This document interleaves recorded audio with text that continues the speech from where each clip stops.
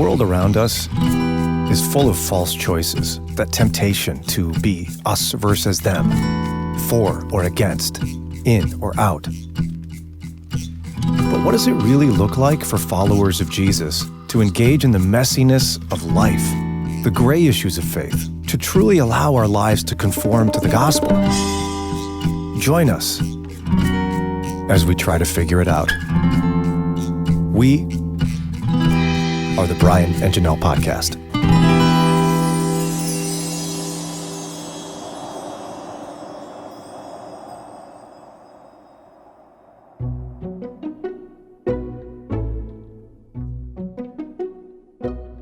How do you feel about self-awareness, Jannelle?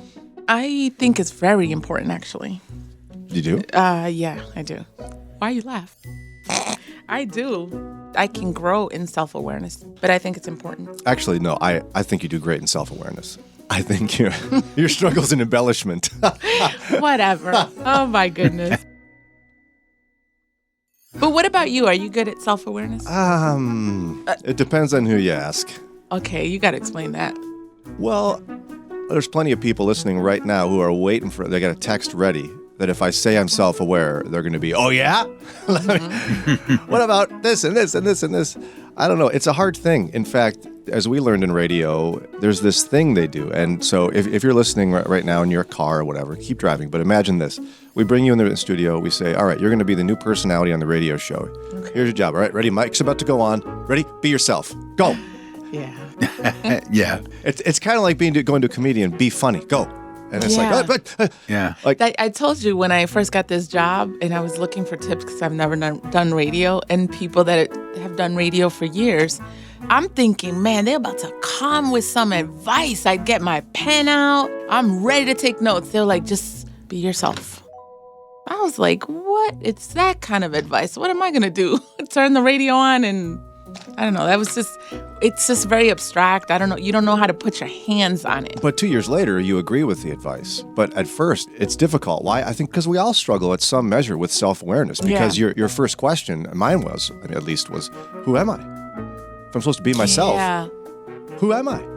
What defines me? So we're going to get into a little bit on self-awareness and its value coming up here in just a minute.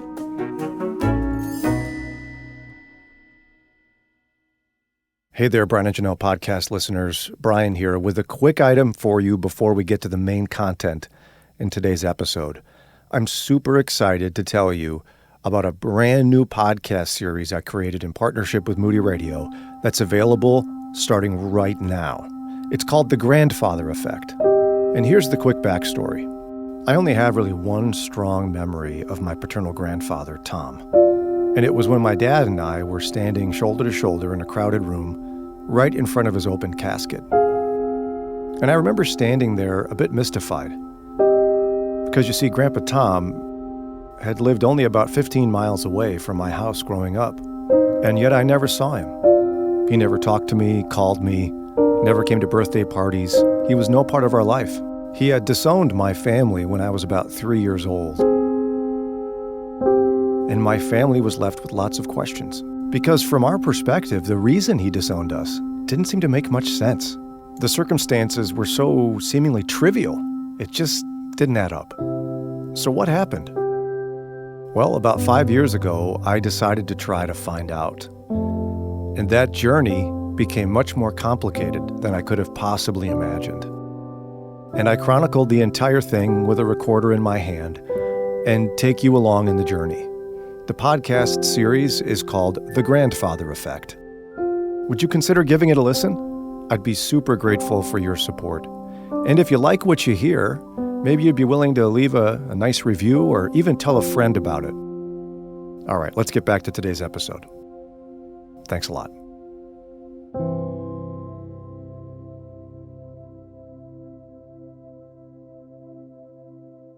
Okay, so self-awareness. Have you ever left a meeting with your boss more confused than when you went in? We're talking about you, not us, because our boss, who's listening right now, best communicator in the world. Yeah. Hello. Or perhaps you've been the one giving direction to a team member only to find out that they got it totally wrong.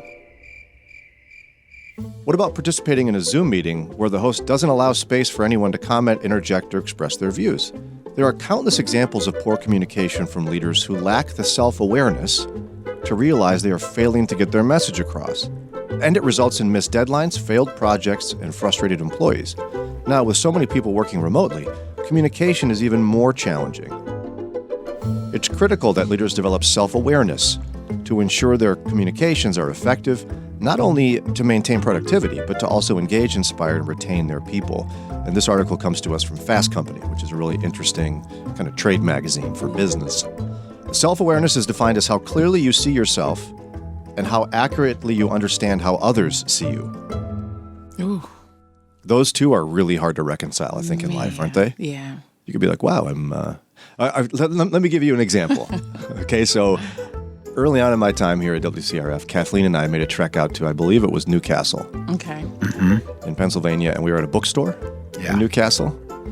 And this lady came in and standing right in front of Kathleen and me, and she goes, Brian, you are so humble. You just got to stop being so humble. And Kathleen was like, bah! Kathleen couldn't even contain herself. She busted out. And I was like, what? Oh. But there's a disconnect sometimes in how we view ourselves and how we come across, right? Yeah. And so it's not just how you view yourself, it's how others view you is self-awareness. And being self-aware is tied to being a high-performing leader, having great confidence, making better decisions, and the ability to communicate effectively. Yet while most people believe themselves to be self-aware, a few actually are. In a study led by the Harvard Business Review, of nearly 5,000 people studied, only 10 to 15% actually qualified as self-aware. Oh, wow. So are you self-aware? No, probably not. Yeah. Again, they said only 10 to 15% of 5,000 people really qualified as self-aware.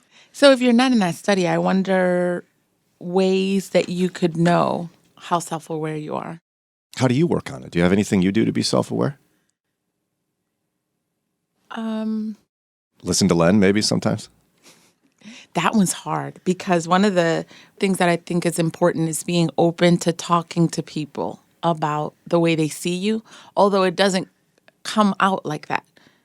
You don't say, well, how do you see me? You ask other questions, and the spouse, goodness, that's like, I'll skip you and I'll ask the other people in my life. But for example, I do it a lot with the kids. I talk to my kids a lot. And we talk a lot about, when I apologize about things I do, or when I tell them, man, I messed up with this, or I struggle with this, their reactions and their responses help me understand how they see me and being okay with that. That's a good first step, especially in a leadership position, which obviously as a mom, starting off by telling the person, listen, I messed up, or I mess up all the time, or I'm learning. It opens up the way for the person to get real, because I see it with my kids. They'll step in and be like, yeah, I was going to tell you. They feel safe to share, really share how they see you. And yet some people say that because they think they're supposed to, and they're really not open.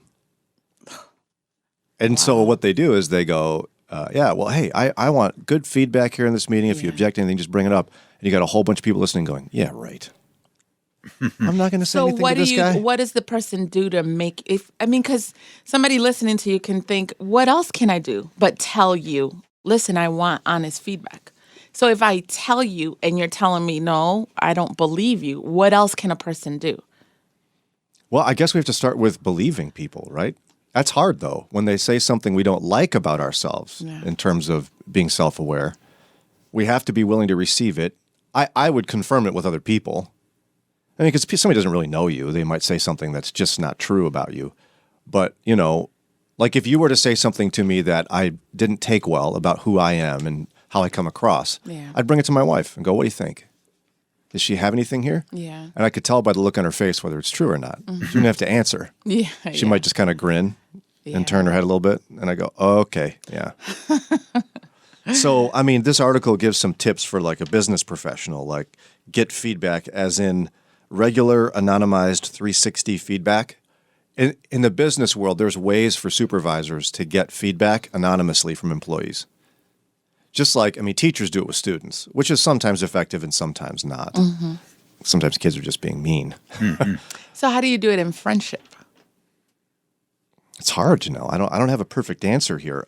They also go on to say, personally review your successes and failures. Yeah. Like if you examine your success and try to figure out why you were successful, that might help. Figure out where your strengths and weaknesses are. And your failures the same way. Yeah. Like, this failed. I wonder why it failed. And if you spend your whole time blaming someone else, it's like the person who's married 5 times and keeps saying how messed up all their spouses were. Yeah. You start going, you sure about that? Yes. I feel like there might be a problem with somebody else and it's not them. You used marriage. I've seen people that no matter where they're at, there's conflict. If it's a family reunion, if it's the friends, and with the lack of self-awareness, the person just thinks, man, people just got problems. And at some point you want to tell the person, yo, like, can you just, maybe it's you. Trouble follows you. And for Christians. And that could happen with us too. Well, right. But I think how that develops in the Christian life, as you describe it, is self-righteousness. Yes. Yes. I think lack of self-awareness breeds this like false sense of holiness in ourselves. Mm-hmm. Like if you're working on your spiritual life and you see some accomplishments, which we all have in growing in holiness, right? I mean, we all, I think, are more holy today in some respects than we were when we first got saved, because we're progressing. Mm-hmm. But it doesn't allow you to see your weaknesses very well, and so you can see everybody else's really easy, and be like, wow, if they were only more like me, things would be better. And that's so scary, though. As someone that tells, I talked about my kids, I can do it better with Len. I want to be open to honest feedback. It's just scary, especially when you mentioned reviewing our successes and failures, whether it's financial or relationship, to ask people in your lives like, yo, tell me, I failed at this. What could I have done better? I'm just being it's easy to tell people, well, you're just self-righteous when you don't receive it. I think for anybody, it's scary. It's very scary, and it's difficult. And in fact, if we can go back to one of our original concepts, remember we said being in radio, right? You look at somebody and go, okay, Mike's going to come on, just be yourself. And you're like, what? Yeah. There's another thing, a truth I've learned in this business that kind of helps in this sense that, of course, everyone has an opinion about who we are. We read emails on Friday of people who don't like us, whatever, sometimes. I mean, people have their opinions. Yeah. But you do need feedback in what you're doing. Yes. Mm-hmm. And I remember a specific situation when I was early in radio in Chicago, and there was a person I know that had not, and I would say, dare I say, earned the right to give me feedback, pulled me in their office and gave me some harsh critique of something I was doing, and it just about destroyed me. And yet there's another person who invested, the whole theory being, if I care about you and I trust you, I'm going to invest in you before I make a withdrawal. Like, you can't withdraw before you make an investment. So the person will invest in, you know what, I like how you do this. I like how you did that. And so they build up. And that person built enough trust that when they're ready to give me some constructive feedback, I hear it. I believe it. Yeah. Because I know they have my best interests at heart and they're on my team. Yeah. And they care about me. And they want me to improve.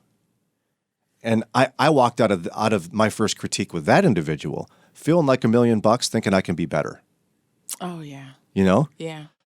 But I think the next phase of the question we have to ask is this whole, business buzz thing of self-awareness, which is it's more of a modern business idea, right? Before it was just like, listen to your boss. Thank you, sir. May I have another? Yeah. Now bosses are looking for feedback. Yeah. Want to be self-aware. Is that biblical to be self-aware? Hey, welcome. It's the middle of this podcast episode. The spot in most podcasts where you hear an ad of some sort, maybe a thank you to a sponsor. Well, we're going to do something a little different. Here's what I mean. Did you know the most powerful type of marketing is word of mouth? When a friend tells you, hey, have you heard this podcast? It's so good. You got to listen. And that's what I'm just going to ask for today. We're not going to ask you to buy a product or do anything in particular other than, would you share this podcast with a friend? Maybe it's this episode or your favorite or whatever it is. Pick out a friend or two, tell them about the Brian and Jannelle podcast, and ask them to give us a shot. That's one of the ways to help us spread the word and help us stand out in the middle of a really crowded podcast space. We'd be so grateful. Thanks a lot. Let's get back to the show.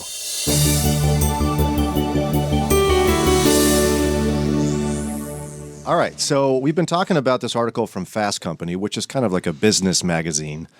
that often has tips for how to improve in business. It's really a kind of, I think, a fad or a thing to do to be a very self-aware manager. And Do it's 360 reviews. And It's such. showing the shift in business as well. I talk to my kids about this a lot. Where before, and you can correct me if I'm wrong because I didn't go to business school, but I didn't either. Look at me. I talk on the radio. before the focus was like on hard skills, and it's looking like we're embracing more and more, like we should, the soft skills of business in terms of interpersonal and self-awareness, very much a soft skill, and how it makes leadership. It's more than just the books smart. But I was going to ask you, when you said earlier before the break, how when someone deposits in you, it makes it easier to receive criticism, constructive criticism. Yeah. But shouldn't we grow to the point where we can receive and identify constructive criticism from anybody? I think that's an ideal, but I'm just not sure the human condition can ever get to a point where someone gives you criticism and you just kind of go, wow, thanks. I don't think that's possible. But we're missing out. And isn't that Yeah. a sort of immaturity? I'm looking back, like as a mom, as a young mom, or even as a teen, like people can make observations or say things that my ego can reject. And because of my ego, I can miss out on wisdom. And so I'm just thinking, not so much just accept anything, because you also don't want to just accept anything, but maybe developing the maturity where you can identify, like, whoa, hold on, let me stop, and maybe this person has something. Sometimes it's not even a stranger. It could be, let's say, this is crazy, an in-law that hasn't deposited enough, but really has something that you should receive. I'd like to think that we can get to a point where we can just receive feedback, no matter how it's delivered. But I don't know that the basic foundational sin of pride is ever going to be overcome by anyone, is it? And our pride is what makes us defensive. I don't know. Ron's been alive a lot longer than me, and you guys have been alive like the same amount of time. Is it possible, do you think, to get to the point, Ron, where you could just have somebody give you feedback on something you're not doing well, and you just go, wow, thanks. And just any time it comes, you're just like, oh, excellent, I'll work on that. I don't think any time. I think there are some things that you are aware of, consciously or subconsciously, and somebody will bring that to your attention, and you're like, yeah, you're right, I know. I need to work on that. But there will be other things that you totally are unaware of, and when somebody brings it to you, you're going to react defensively because you don't think it's real. You know, it'd be the same reaction as if somebody came to you and, said something totally off base. Delivery is a problem for a lot of people. Yeah. And if you could create a perfect condition where somebody with sweetness who's invested in you and cares about you, gives you feedback you weren't expecting and you don't like, you could receive it perfectly. But usually it's like, you know what you need to work on. Yeah. Yeah. You think you're too smart. That's your problem. David in Elyria, what are your thoughts on self-awareness? I had to share because this is something that I've been trying to work on for a little while.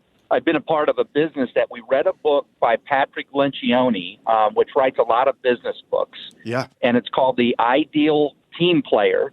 And he does a little quick survey. He says there's 3 characteristics of an individual that makes for an ideal team player, and that's starting with humility, and he's a Christian, so he talks about the importance of humility, which we know that Jesus was the greatest example of that, and then hungry and smart. And it is this little survey of 6 questions of each characteristics, and you can fill it out.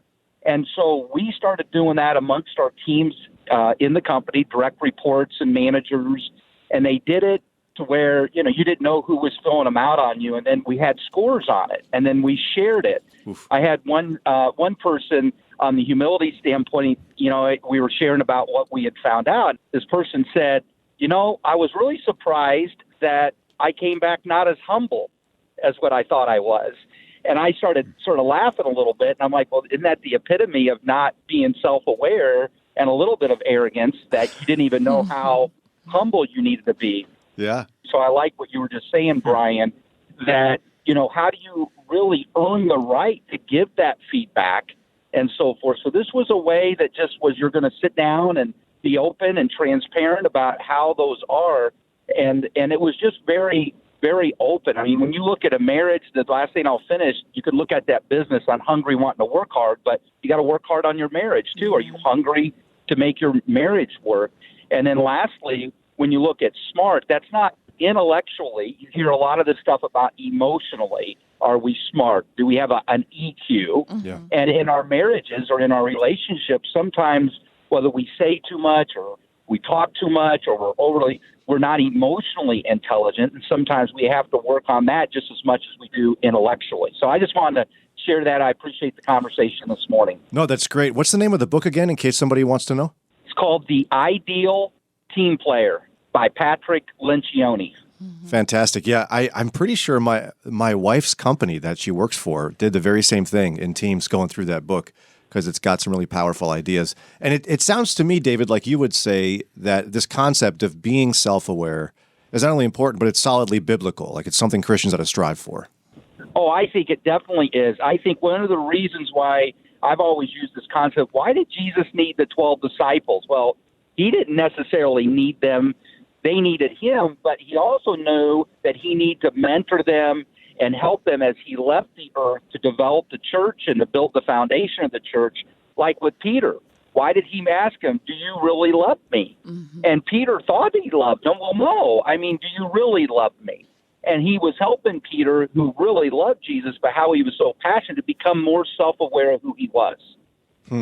Yeah, and for me as well, to just add a layer to that would be, I think core to self-awareness is acknowledging weakness. I mean, we're all probably pretty adept at knowing what we're good at. Yeah. I mean, most people. But it's really that key concept of, do I acknowledge I have flaws and am I willing to realistically recognize them? Which I think is a solid concept for Christians, because we are among the very few in terms of world religions, if not the only one, that acknowledges we've got sin to deal with, that we're not inherently good, we are inherently evil. Therefore, we got lots to work on due to our sinful nature. So, David, wonderful ideas. Love that. How long have you been in the Moody Radio family, David? Oh, pretty strong for about 5 years now. Praise the Lord. So glad to have you with us. Loved his insights. Perfect capstone on a conversation here on Moody Radio. Thanks for listening to this episode. Don't forget, if you like what you hear on a weekly basis, we'd be grateful for your ratings and reviews wherever you listen. And also subscribe so you get the latest episodes. Follow us wherever you are on social media and search for us online. We're at brianandjannelle.org. Don't miss our weekday morning show with conversations just like this. You can listen on the Moody Radio mobile app or again at our website, brianandjannelle.org. Special thanks to the talented team of individuals who tirelessly put together this podcast every week: Josue Villa, Mike Reynolds, and Ron Eastwood. The Brian and Jannelle podcast is a production of WCRF Moody Radio Cleveland. Until next time, we're Brian and Jannelle.